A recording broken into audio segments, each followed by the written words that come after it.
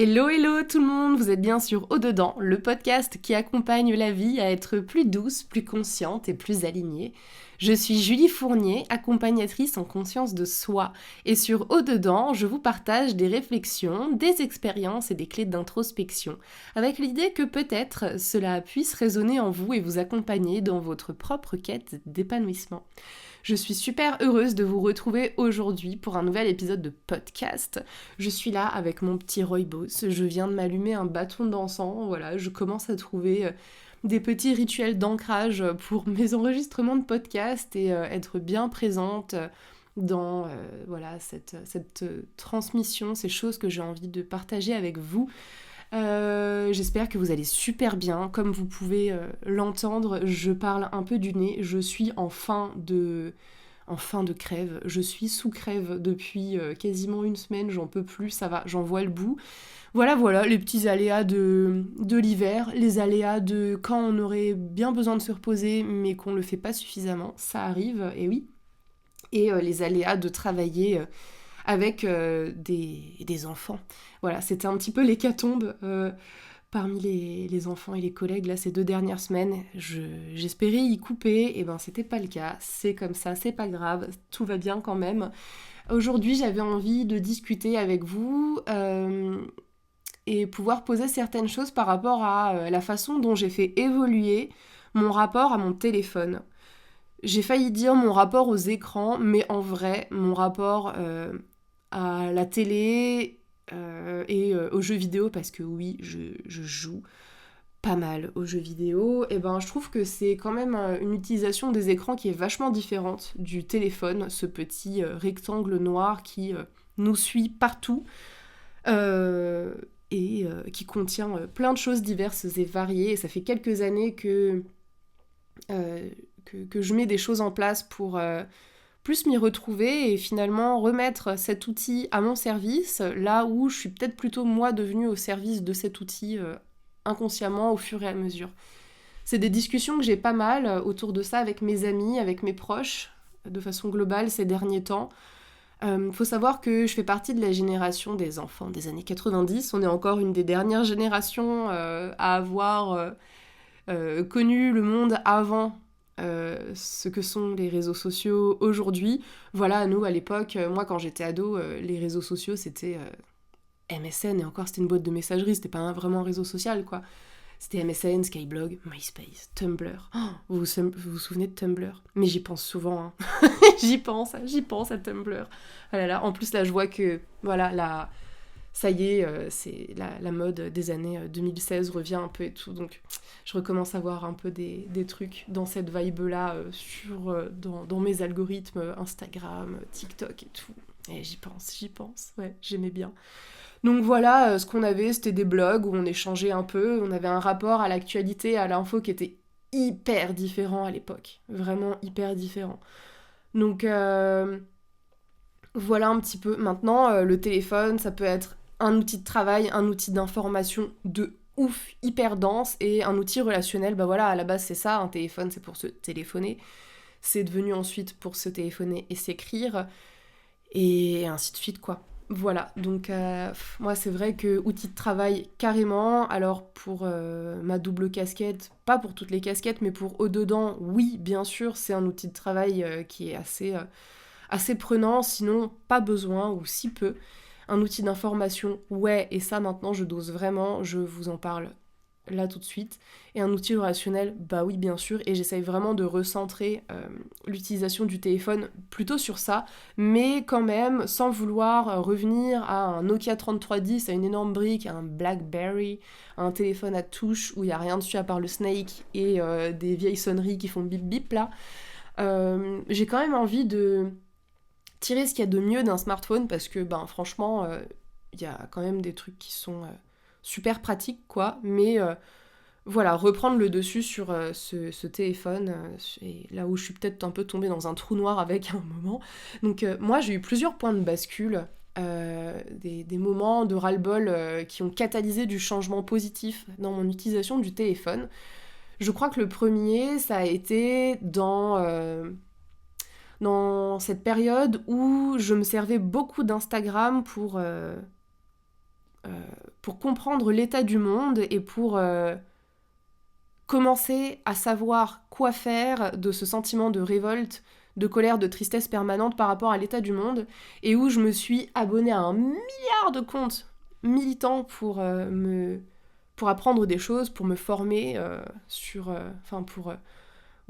pour ouvrir ma conscience et ma connaissance de l'état du monde et des systèmes qui sont en place et de trouver mes réponses sur ce que j'aimerais proposer d'autres. Donc j'ai suivi vraiment énormément de comptes. Et ce qui m'a fatiguée, c'est que, c'est notamment sur Instagram que tout se passe, pour moi en tout cas. Initialement, Instagram, moi, quand j'ai connu cette application-là, on se postait des photos carrées de nos dernières Ugg, les vieilles chaussures fourrées. J'ai une image en tête, je pense que je dois avoir une photo de mes Ugg avec un filtre dégueulasse d'Instagram de l'époque.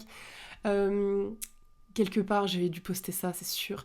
Voilà, je postais les photos de mes dernières shoes, de mes potes, quand on allait se prendre des milkshakes en ville et tout, avec des filtres. Ou alors, sans filtre, avec le hashtag NoFilter, quand il y avait des super couchers de soleil. Voilà, Instagram, moi, à la base, je l'ai connu comme ça. C'était vraiment juste un réseau où on se postait des photos et ça restait entre potes. Et c'est tout, ça allait pas plus loin. Il y avait rien, quoi. Il y avait rien dessus, c'était vraiment... voilà. Donc... Et à un moment, ça a complètement basculé et c'est devenu un lieu d'information privilégié pour les générations d'aujourd'hui, enfin les jeunes générations d'aujourd'hui. TikTok aussi, apparemment, mais ça, je suis beaucoup moins dessus. Donc voilà, ça, je vais pas trop en parler, quoi. Mais du coup, en fait, de base, c'est une application où je vais comme ça pour le loisir. Et à un moment, c'est devenu... une application où j'allais à la fois pour le loisir, mais aussi pour me confronter à l'état du monde et nourrir ma pensée et ma conscience du monde. Et sans m'en rendre compte, je me levais le matin, j'allais faire un tour sur mes applis pour voir les dernières news terribles de ce qui se passait à travers le monde, et je me levais sur ce bad mood là, sur cette révolte, sur cette colère, sur cette tristesse, à en pleurer parfois, quoi. Je me couchais aussi sur le même type d'informations. Ça me suivait vraiment partout et j'avais une utilisation vraiment non gérée et plutôt subie de toute cette info, de tout ce qu'il y a à savoir sur tous les sujets, en espérant participer à créer un monde meilleur, un monde en paix, un monde dans l'amour, voilà. Mais je me suis vraiment retrouvée à me sentir accablée et attristée, et comment ne pas être déprimée quand on est tout le temps confronté à tout ce qu'il y a de révoltant dans le monde et à nourrir une résistance pareille à l'état du monde. Voilà. Donc à un moment, je me suis rendu compte que c'était pas normal d'être aussi déprimée, en colère et triste tout le temps. Et du coup... je ferai un topo plutôt après sur tout ce que j'ai mis en place pour me protéger dans... Non, je vais le faire tout de suite. Plutôt faire cette structure-là. Désolée, vous êtes en podcast avec une Virgo. Une Virgo bien organisée qui change son organisation en cours de podcast. Mais du coup, qu'est-ce que j'ai mis en place pour me préserver de ça? Et déjà, j'ai commencé à mettre des comptes militants en sourdine parce que je voulais pas... arrêter de suivre les gens pour autant, et au final c'est ce que j'ai fait. Parce qu'il y a des choses, au final ça me parlait plus, j'avais un peu fait le tour du sujet, et en fait la vibe très très en colère tout le temps, moi aujourd'hui c'est un truc qui me parle plus. Peut-être que j'en parlerai à un autre moment, j'ai pas trop envie de m'attarder dessus parce que c'est un sujet qui est assez touchy, et si je l'aborde j'ai vraiment envie de le faire bien, mais voilà, disons que je nourris une autre façon d'être au monde, ou un autre type de colère en tout cas que celui... des comptes que je suivais beaucoup à l'époque, et en fait maintenant ma colère, j'en ai fait quelque chose de pas silencieux, mais d'extrêmement créateur, où en fait je vais que créer et que me concentrer sur au-dedans pour incarner le changement que j'ai envie de voir dans le monde. Voilà. Et si je ne crée pas avec ma colère et que je suis révoltée tout le temps, ça me fatigue et ça m'empêche d'avancer et de créer et de participer à ce que j'ai envie de créer. Et voilà.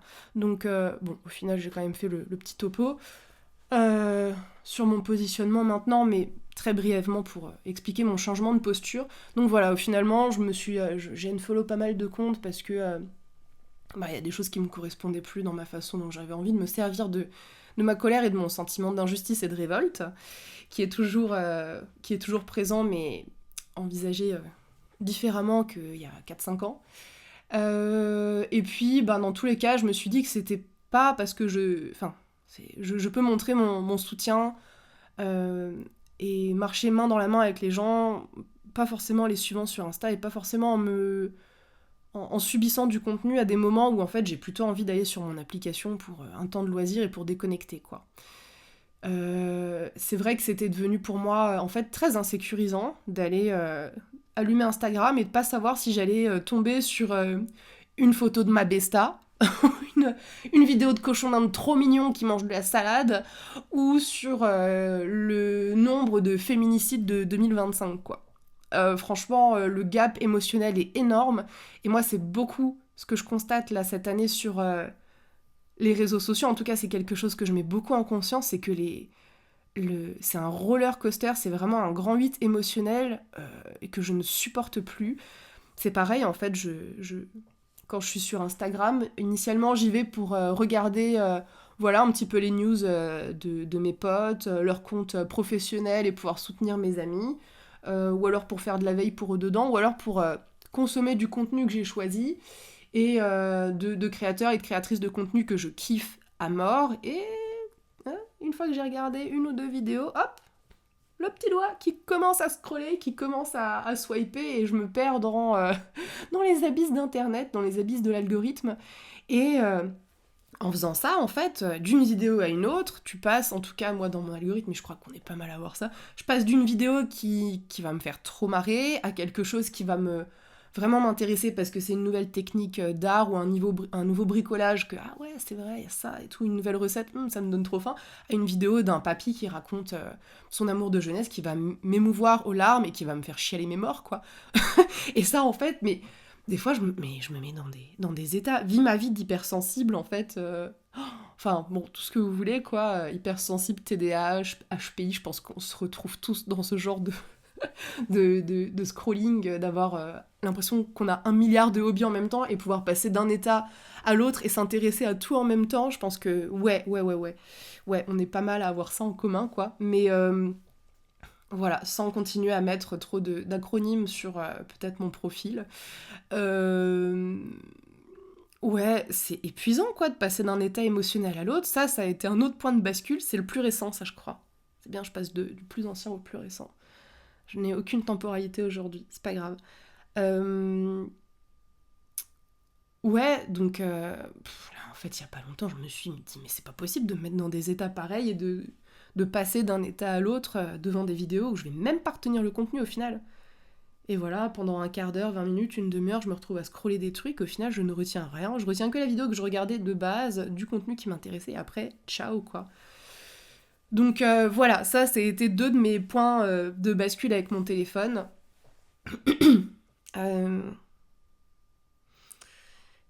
Il y a... ouais, ce que j'ai eu comme point de bascule aussi, c'est plutôt un point de bascule de la gestion de mes relations sur le téléphone, notamment par rapport au fait d'être une amie de bons conseils. Donc c'est quelque chose que je vis dans la vie de tous les jours et qui me suit vraiment sur le téléphone, et des motifs de relations qui se répètent. J'ai un peu j'ai l'impression d'avoir ce rôle d'ami à qui on se confie, qui donne des bons conseils. En tout cas, j'ai beaucoup eu cette posture-là, j'ai beaucoup voulu avoir cette posture-là, mais du coup, ça me mettait dans des dynamiques relationnelles qui me dépassaient, dans lesquelles je me laissais dépasser, dans lesquelles j'osais pas mettre de limites. Et du coup, en fait, c'est une chose de prendre un café avec un ami, avec une amie pour parler de ses problèmes, être une oreille et être une épaule. Et c'est une autre chose de se faire contacter sur le téléphone, sachant qu'on a toujours ce téléphone à portée de main et que dans mon esprit, en fait, je suis tout le temps en mesure de répondre. Et j'ai vraiment une croyance de ma disponibilité sur le téléphone qui est sans limite. ou qui a longtemps été sans limite, et j'apprends à mettre des limites actuellement par rapport à ça, où en fait je me dis, s'il y a quelqu'un qui m'envoie un message, si j'ai quelqu'un que j'aime qui m'envoie un message qui me dit que ça va pas et qu'il y a un problème, et j'ai envie d'être là en soutien, j'ai envie d'aider cette personne parce que j'ai énormément d'affection pour cette personne, j'ai envie que cette personne aille bien, et du coup je vais l'aider. Et du coup je me mets dans une posture de sauveuse très souvent sur mon téléphone dans certaines relations, et c'est pas ok pour moi, et je crois que ça ne rend pas service à l'autre personne non plus. Donc voilà, j'ai appris à prendre le risque de mettre des limites, au risque de me faire remballer, ou que ça plaise pas, ou que ça blesse en face, mais bon, on peut pas contrôler comment les autres répondent, et en même temps, moi, j'en avais marre j'ai l'impression de subir euh, certaines dynamiques de relations, de plus y trouver ma place, voilà, waouh, le soir, j'ai une espèce de charge mentale, émotionnelle, de waouh, là, je viens de finir ma journée de boulot, j'ai juste envie de me poser tranquille avec mon mec, de manger un bon repas, de me poser devant un petit film, un truc, de faire un jeu de société, mais je sais que j'ai 15 messages en attente. Quand c'est des vocaux, c'est encore pire parce que tu sais même pas ce qu'il y a dedans, tu ne sais pas le contenu. Je trouve que c'est très insécurisant en fait, les vocaux. Tu sais, il n'y a pas de. Tu peux tomber sur tout et n'importe quoi. Alors tu peux t'attendre à recevoir une news rigolote comme le dernier état d'âme, les dernières émotions inconfortables en date venant de quelqu'un d'autre. J'essaye d'arrêter les vocaux aussi, du coup, moi. J'ai beaucoup pratiqué, je crois que j'en fais plus maintenant en fait. J'en fais plus du tout. Voilà. Donc pour tout besoin de papoter, maintenant j'ai un podcast. Je canalise dans le podcast au lieu de faire des vocaux à mes bestas, quoi.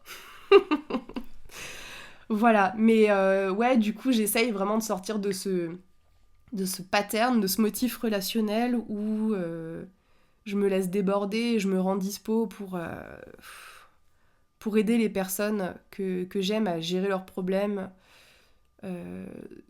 Surtout qu'en fait, souvent, quand c'est ce motif-là, cette dynamique-là qui est en place, c'est souvent avec des problèmes qui n'ont pas de solution, que j'ai pas de solution. J'ai essayé d'en apporter, ça marche pas, je peux rien faire. Et du coup, à un moment, je me retrouve bloquée, je me retrouve frustrée.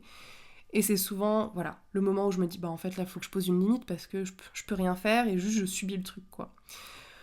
Voilà, donc ouais, ça, c'était un vrai truc aussi. Mon utilisation des messageries. Et du partage d'état d'âme par message plutôt que se voir en vrai. Après, on n'est pas toujours proche géographiquement de ses amis, des gens à qui on sait qu'on va trouver, auprès de qui on sait qu'on va trouver du réconfort et tout. Donc bon, c'est pas forcément évident de faire autrement, mais moi, ça m'a vraiment remis les choses en perspective, et je fais vraiment attention maintenant à plutôt nourrir des relations où on va essayer de plus se voir. On va essayer plutôt de s'appeler, de faire un point de temps en temps plutôt que quotidiennement, parce que ça ancre vraiment des routines où on se partage tout ce qui va, mais aussi tout ce qui va pas, et ça entretient beaucoup le négatif aussi au fil des jours. Donc voilà. Ouais, donc fatigue militante, fatigue émotionnelle, ou du coup, ouais, voilà, je viens de donner un petit peu les trucs que j'ai mis en place, donc plus de vocaux, ou si peu. Les vocaux, c'est vraiment quand je marche et que je fais plein de trucs en même temps, mais ça, pareil, j'essaye d'arrêter de faire trop de trucs en même temps. Ouais, et puis, ah ouais, le niveau professionnel aussi, ça c'est hyper challengeant pour moi. En ce moment, ça l'est moins. C'est moins inconfortable qu'à un moment. Je crois que ce qui m'a le plus dérangé par rapport à ma vie professionnelle, mon rapport professionnel à mon téléphone, c'était dans mon ancienne boîte. On fait comme on peut, hein. Franchement, quand on est une petite entreprise avec finalement peu de moments pour réunir tout le monde, parce que les effectifs, enfin les moments ensemble sont short, on se croise, on se voit 2 heures, et puis après on reprend l'activité de l'autre et tout. Enfin bref, pour les petites entreprises, franchement c'est chaud. Je sais pas comment ça fonctionne de manière générale, en tout cas, et je ne tiens pas rigueur. Franchement, je sais qu'on a fait du mieux que j'ai pu. J'ai aussi travaillé sur ces questionnements-là, justement, dans cette entreprise, de comment est-ce qu'on pourrait faire autrement pour pas que pas que le travail intervienne sur le téléphone personnel, mais franchement, bon, des fois, c'est chaud. Je sais pas, un moment, j'ai arrêté ce boulot, donc j'ai arrêté de réfléchir aussi là-dessus, quoi. Mais ouais, du coup, dans un de mes anciens tafs, on passait quotidiennement sur une application de messagerie qui n'était pas WhatsApp, parce que voilà, on voulait pas que ça soit mélangé avec les messages privés. Et on voulait pas voilà, inciter les gens à être confrontés aux messages pro sur du temps de repos, ça c'est clair. Mais on avait quand même une application où on recevait tous les messages de la boîte sur le téléphone. Alors, suffit d'enlever les notifs, c'est clair. Moi, j'arrivais pas à pas regarder. Les notifs, surtout quand j'étais manager dans cette boîte ou formatrice et que je voulais regarder si les personnes que je venais de former ça allait ou que je voulais regarder les stats. Voilà, c'est chaud. Et puis tu sais que t'es à 2 clics de voir un message de quelqu'un qui te dit « Ah écoute, j'ai laissé ci et ça, écoute, faudrait que tu fasses ci et ça demain. » Et franchement, rien que d'y penser, ça me met un frisson de... Plus jamais. Plus jamais. Ah non, franchement, Ouais, je regarde mon téléphone, là, ce petit rectangle noir, ça me choque. Franchement, il y a tellement de... Enfin, ça contient tellement de choses différentes.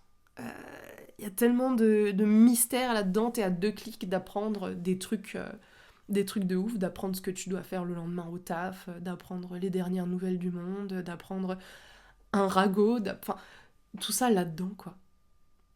D'apprendre que t'as fait des super stats sur ton dernier post Insta, ouais, voilà, mais je trouve ça fou, quoi. Tout ça là-dedans, c'est intense, quoi. C'est intense de ouf.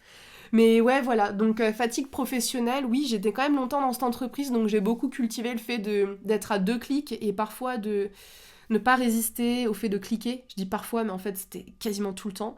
Au fait de cliquer pour voir ce qui se passait et tout. Au taf, quand j'y étais pas, donc waouh, ça entretient une fatigue professionnelle de ouf. Pas bon du tout. Mais bon, j'ai pas forcément de solution à proposer, donc je dis pas ça je dis pas du tout ça comme une critique. Je sais vraiment qu'on fait du mieux qu'on peut, mais toujours est-il que... c'était vraiment une période, c'était vraiment une pratique qui était hoche, quoi. Qui était hoche pour moi, j'ai pas aimé. Aujourd'hui, ça va. Je reçois un mail tous les 4 matins et c'est ok. Et après, pour mon utilisation professionnelle par rapport à au-dedans, un peu plus compliqué peut-être, d'avoir du recul là-dessus déjà parce que ça fait pas non plus hyper longtemps.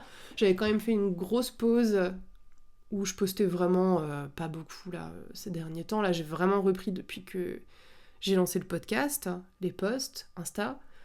Et je crois que je poste juste sur Insta et j'envoie sur Facebook le reste. Je mets plus rien là pour le moment, donc voilà. Donc là, ça va faire partie plutôt de mes prochains challenges, je pense, de pas me laisser déborder et de bien cadrer les moments où je vais sur le compte de haut dedans. Mais pareil, je suis à 1 clic de passer de mon compte Instagram privé pour voir un petit peu ce qui se passe, échanger 2-3 réels un peu gaulerie avec des copains, à aller regarder si mon dernier post a fait des likes ou pas. Donc voilà, ça va être mon prochain challenge. Faut aussi que je me mette des limites de scroll. Il y a des moments où je me dis tiens, je vais faire de la veille un peu pour au-dedans, voir ce qui marche comme type de contenu en ce moment, voir qui fait quoi chez les collègues. Parce que ça m'intéresse, mais c'est de la veille, mais il faut pas que je commence à scroller après. Voilà, et que ça devienne un peu du n'importe quoi et que ça me dépasse. Ah, ça c'est le truc où j'ai encore de la difficulté. Les amis entrepreneurs, on s'écrit, dites-moi si c'est pareil pour vous, dites-moi si vous avez des astuces, je prends, dites-moi comment vous faites pour ne pas vous laisser happer par les abysses d'internet et les abysses des réels à scroller là, quand vous faites un peu de veille et que vous allez sur vos comptes pro. Je prends, j'apprends et je prends. Donc voilà un peu l'état des différents mes points de bascule, vraiment des moments où je me suis dit oh, mince, bon, là j'en ai marre, ça va plus, donc voilà, la fatigue militante, la fatigue, la charge relationnelle, la charge professionnelle sur le téléphone et la prise de conscience que scroller en fait ça m'apporte si peu par rapport à tout le temps que je passe sur le téléphone. Et en fait, ça me fout les nerfs de scroller parce que je perds du temps alors que j'ai envie de faire tellement de choses. J'ai envie de faire des puzzles, j'ai envie de faire du coloriage. J'aimerais tant être concentrée dans ma série, dans mon film, dans mon... Non, je sais pas, enfin bref, dans plein de trucs, dans mon livre. Et je suis toujours tentée, souvent tentée d'aller scroller pour quoi faire. Pour voir quoi. Et ça, c'est vraiment mon dernier... ma dernière prise de conscience où je me suis dit, non, stop, maintenant, ça faut arrêter, quoi. Donc, ouais. Voilà. Et du coup, ce que j'ai mis en place pour éviter de scroller, vu que je suis une grande nostalgique de l'utilisation du multimédia qu'on avait à l'époque, je joue à des jeux vidéo de GameCube en ce moment et tout, de Wii, je kiffe. J'écoute des vieux sons, je pense à Tumblr, à Skyblog. Feu Skyblog, ça a fermé l'an dernier, il y a 2 ans, je crois, je sais plus, j'ai perdu toutes mes fictions de Tokyo Hotel, je suis dégoûtée. Mais voilà, c'est parti dans les archives, ça ressortira un jour, ah là là. De Tokyo Hotel et de Pirates des Caraïbes, je vous le dis comme ça. Voilà, ouais, j'avais un Skyblog Pirates des Caraïbes avec ma meilleure pote. Non mais, voilà, je vous lâche du dossier, hein. Du dossier pour vous qui êtes encore là au milieu de cet épisode de podcast. Non, je pense que j'arrive doucement au bout, parce que là, j'ai envie de parler de ce que j'ai mis en place pour me faire... pour retrouver un usage raisonné qui me correspond, qui soit aligné et qui soit à mon service, et ne pas me faire bouffer par mon téléphone et pas me laisser happer par mon téléphone. Donc voilà, j'ai trié tous les comptes que je suivais, donc comme dit, les comptes militants, il y en a, j'ai tout enlevé. J'ai mis des amis en sourdine aussi, qui partagent beaucoup de stories politiques, militantes, révoltées, à juste titre. En story, mais alors, comme dit, j'ai vraiment envie et besoin de choisir les moments où je suis confrontée à certaines informations, donc je mets les gens en sourdine avec tout l'amour, toute l'affection que je leur porte et toute la conscience que chacun gère l'info, traite l'info, partage l'info de la manière dont ça lui semble juste, dont ça sonne juste pour lui, pour elle. Il n'y a pas une bonne façon de faire. Et du coup, je mets les comptes en sourdine, et une fois de temps en temps, je vais voir. Quand je me dis, tiens, cette personne, elle poste quoi en ce moment, ça m'intéresse. Voilà. Si on est amis, c'est aussi que on a des valeurs communes, et je sais que les personnes postent des choses intéressantes, mais j'ai envie de choisir les moments où je suis confrontée à du contenu pour pas être prise de court émotionnellement, ou en tout cas, le moins possible. Voilà. Et pas, pouvoir faire des grands 8 émotionnels de ouf, là, ça, j'ai vraiment envie d'arrêter. J'ai mis aussi en sourdine les stories qui sont trop lifestyle, des comptes qui m'intéressent, parce que des fois il y a des comptes où j'aime trop les posts, mais les stories je m'en fous. Voilà. Donc je mets de la sourdine, je préfère que les petites stories de mes potes qui sont en voyage, qui sont en rando, qui mangent des bons trucs, ne soient pas trop étouffées par la vie de Pierre-Paul Jacques, que je connais pas, et en fait... ta vie elle est bien sympa, mais je préfère voir la vie de mes potes. Donc voilà. Et du coup, désolée, il va être 18h. Là, la crève, elle revient un petit peu plus le soir. Donc je vais commencer. J'espère que je vais pas galérer. Je vais y arriver. Mais ouais, du coup... Ouais, alors je crois que déjà faire ça m'a aussi aidé à éduquer mon algorithme. C'est un truc qui est hyper important, j'ai trouvé que c'était hyper important pour donner la direction du contenu auquel on est confronté. Vous savez, dans les onglets recherche, ou alors découvrir des nouveautés. Ou alors pour les personnes qui pratiquent TikTok, c'est que ça, quoi. C'est que de la découverte de nouvelles choses, et tu swipes, et tu swipes, et tu scrolles, et tu scrolles. Mais le fait de s'arrêter sur certaines choses ou pas, de liker certaines choses ou pas, de rechercher certaines choses ou pas, l'algorithme se nourrit de ça et va nous proposer plus de contenu de ce type-là. Moi, je sais que quand il y a une vidéo un peu drama, une vidéo politique, une vidéo triste, j'essaye de pas m'arrêter. Même si ça m'intéresse, je m'arrête pas. Si j'ai envie de voir quelque chose, j'irai chercher plutôt sur internet ou dans d'autres conditions, mais pas dans mon algorithme sur une application qui est plutôt destinée au loisir ou plutôt destinée à la veille que je fais avec Au-dedans. Je sais que j'en avais discuté il y a pas très longtemps avec une personne proche de moi, en plus, voilà, une personne proche de moi qui me disait que, ben voilà, une fois elle s'était arrêtée sur une vidéo un peu choc de la politique, un peu. Une vidéo choc de la politique aux US, et elle a regardé la vidéo parce qu'elle était intéressée, et après, hop, l'algorithme en a proposé une autre, donc elle a un peu regardé, et puis après, c'était fini, après, elle avait plus que ça, quoi. Après, t'as plus que ça. Il faut le vouloir d'avoir plus que ça, c'est lourd, quoi. Et après, vas-y pour rééduquer l'algorithme, mais ça se fait. Ça se fait, faut mettre, je sais pas, des trucs qui vous font plaisir, des petites recettes, de la musique que vous aimez, du contenu humour, si vous voulez faire de vos applications, de vos réseaux sociaux, des lieux joyeux et pas qui vont pas vous être source d'anxiété. Voilà. Ouais, mais j'ai une pote comme ça, il y a pas longtemps, qui s'est efforcée de rééduquer son algorithme parce qu'après une conversation sur la maternité qu'elle a eue avec sa famille, son algorithme a commencé à lui proposer plein de trucs sur la parentalité, sur les bébés, sur la grossesse, alors que pas sa cam, quoi. Pas sa cam, donc c'est terrible quand t'as que ça sur tes applications, alors que c'est pas ton truc, quoi. C'est pas ton truc tout de suite, c'est bon, t'as pas envie de voir ça, quoi, dans tous les cas. Donc voilà, et du coup, elle s'est efforcée d'aller chercher d'autres choses, d'aller liker des vidéos qui l'intéressaient pour rééduquer son algorithme et pouvoir lui redonner un sens qui lui plaisait bien. Voilà un petit peu des choses. Donc choisir le contenu qu'on consomme sur Internet, c'est possible. J'avais aussi énormément trié les comptes que je suivais sur tout ce qui est bricolage, rénovation de maison, tous mes centres d'intérêt, quoi. Tout ce qui est musique et tout. En fait, la musique, j'ai pas forcément besoin de suivre les comptes des artistes pour apprécier leur musique. Je peux aussi juste suivre leurs comptes musicaux sur des plateformes de stream, quoi, par exemple.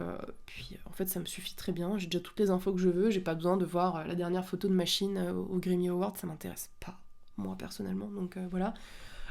Pas besoin de suivre 35 comptes de nail artistes, j'en suis une, la meilleure bien sûr, Sugar Mama Nails de Strasbourg, voilà, il n'y a plus qu'elle que je suis en ongles par exemple, même si les autres font un très bon boulot, honnêtement j'ai pas besoin d'avoir 30 comptes à suivre de ça sur Insta, à un moment c'était trop, même si tout le monde fait du très bon boulot, voilà, à un moment je voyais plus que ça je me souviens. En bijoux, pareil, en poterie, pareil. Alors que je fais pas du tout de poterie, mais j'aime bien regarder. Enfin bon, j'ai eu beaucoup de centres d'intérêt, de choses esthétiques que j'aimais bien, des do-it-yourself, des recettes et tout. Et puis j'ai vraiment fait du tri là-dessus aussi pour garder vraiment l'essentiel de ce que j'aime. Et des fois, les centres d'intérêt changent aussi, donc il y a des trucs, je crois des comptes de poterie, j'en ai plus du tout maintenant, par exemple. À part les personnes que je connais qui font de la poterie et dont j'ai envie de soutenir le travail précisément. Voilà. Qu'est-ce que je voulais dire encore ? Ah oui, qu'est-ce que j'ai fait récemment ? Là, il y a 3 semaines, donc c'est une expérience toute fraîche que je fais, mais j'en vois déjà vraiment les bénéfices, et je vois déjà que ça change des choses. C'est que j'ai mis un mode spécial sur mon téléphone. Vous pouvez faire ça dans bien-être numérique ou dans temps d'écran ou dans mode et routine. Enfin voilà, ce genre de page, ce genre d'onglet dans les paramètres de votre téléphone, peu importe ce que vous avez. Je pense qu'il y a ça de dispo chez tout le monde. Il y a déjà des modes ne pas déranger, des modes travail, des modes sommeil, des modes économie d'énergie. Et là, moi, j'ai créé un mode téléphone un peu à l'ancienne, je l'ai appelé Real Life Phone, histoire de me dire de reconnecter à la vraie vie, de reconnecter à la vie hors du téléphone, quoi. Et d'en avoir, de non pas me priver de tout et faire une détox, et après, je sais qu'après les détox, je reprends comme si de rien n'était, ou presque pareil, et j'ai pas compris le fond de mes comportements avec mes applications et tout. Mais voilà, ça m'aide vraiment à en faire une utilisation qui est raisonnée, qui me correspond plus. Et du coup, moi, ce que j'aimais à l'époque. Je me suis dit, tiens, en fait, j'aimerais bien de nouveau fonctionner comme ça avec mon téléphone. À l'époque, on avait quoi ? À l'époque, j'entends au lycée. Moi, j'aimais bien au lycée, je trouvais que c'était encore assez sain, quoi, le rapport qu'on avait au téléphone. Honnêtement, j'ai grandi avec du MSN, j'ai grandi avec des textos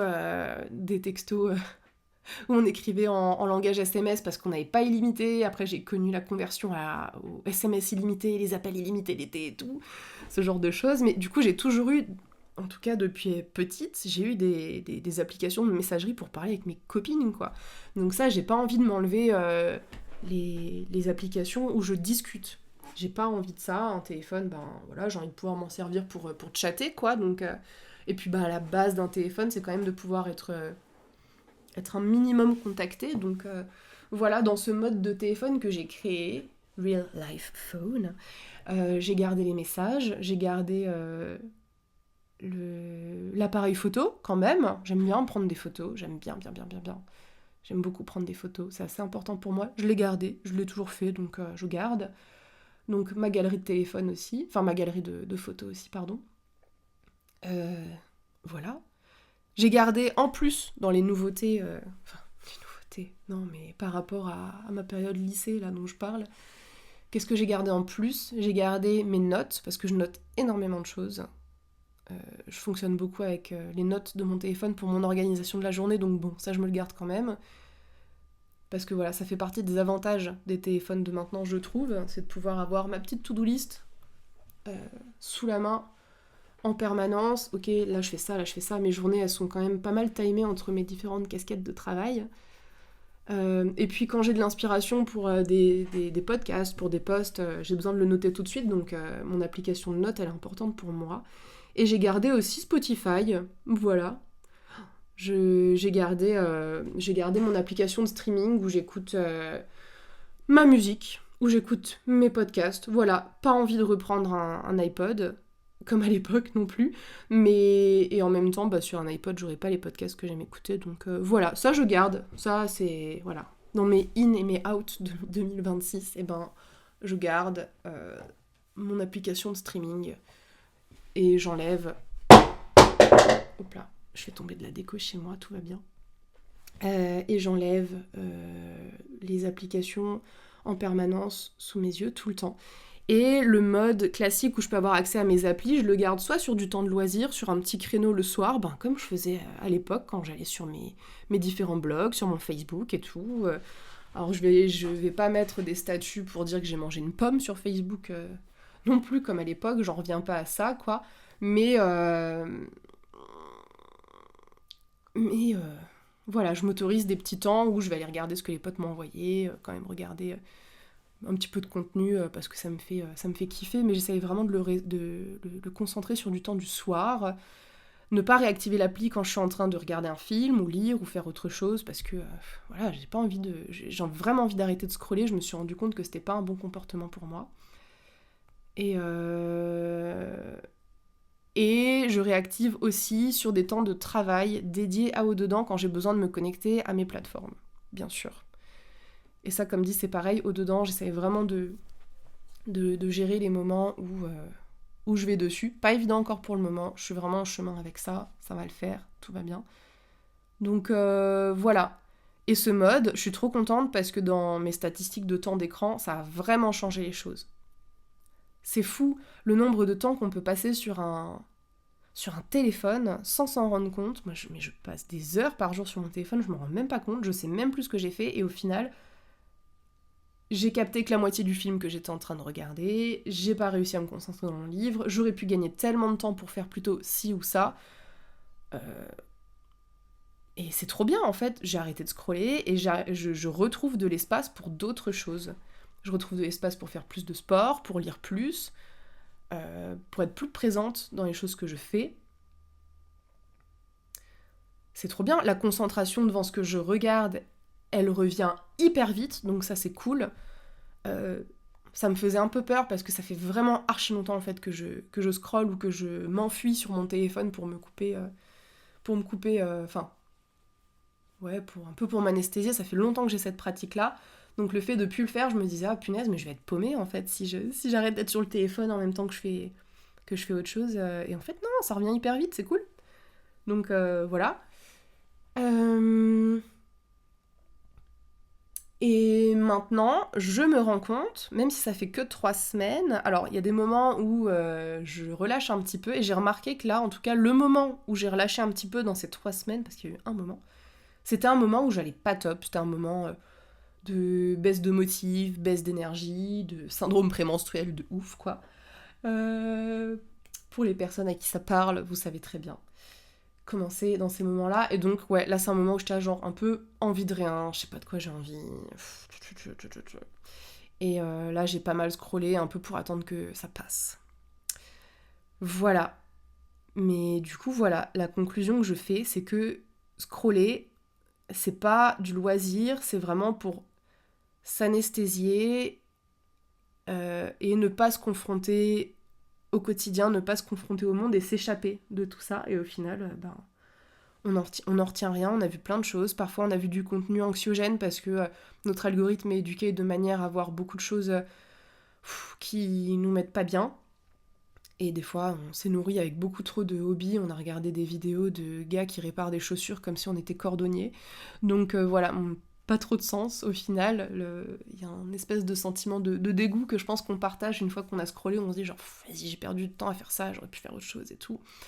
Donc voilà, moi, mes prochains challenges, ça va être de laisser mon téléphone, même mes notes, même mes applications de messagerie, quand je me pose quelque part seule, quand je suis au restaurant seule, quand je vais me prendre un café seule, quand j'attends dans une file d'attente, et voir ce qui se passe, juste être là, en présence, dans le moment, et voir ce qui se passe, et peut-être laisser entrer de la magie à ce moment-là.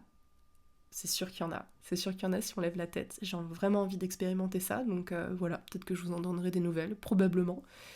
Donc voilà. Si vous avez écouté cet épisode, je pense que c'est parce que vous vous posez aussi des questions sur votre utilisation du téléphone. Si ça vous dit, ce que je vous invite à faire, c'est de tester un week-end sans scroller. Et si c'est facile pour vous parce que vous avez déjà...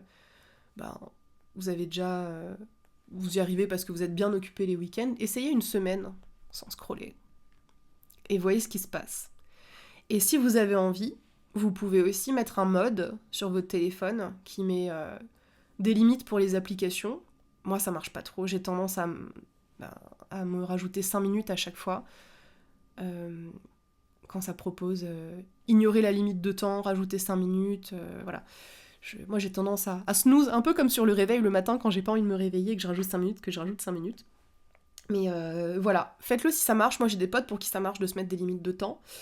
Ou mettez-vous des modes, comme ce que j'ai fait avec le Real Life Phone. Et voyez comment c'est pour vous. Il y a moyen même d'enlever...